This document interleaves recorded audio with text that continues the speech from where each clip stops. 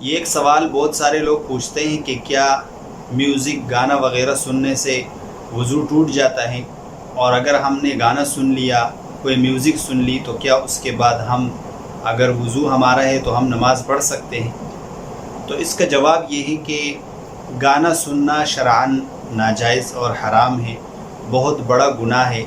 حدیث میں بہت سخت وعید آئی ہے کہ جو آدمی گانے سنتا ہے، اور حضور صلی اللہ علیہ وسلم کا فرمان ہے کہ میں اس لیے مبعوث ہوا ہوں کہ گانے بجانے کے جتنے آلات ہیں ان آلات کو میں توڑ دوں۔ تو گانا سننا بہت بڑا گناہ ہے اور گناہ کبیرہ ہے، حرام ہے۔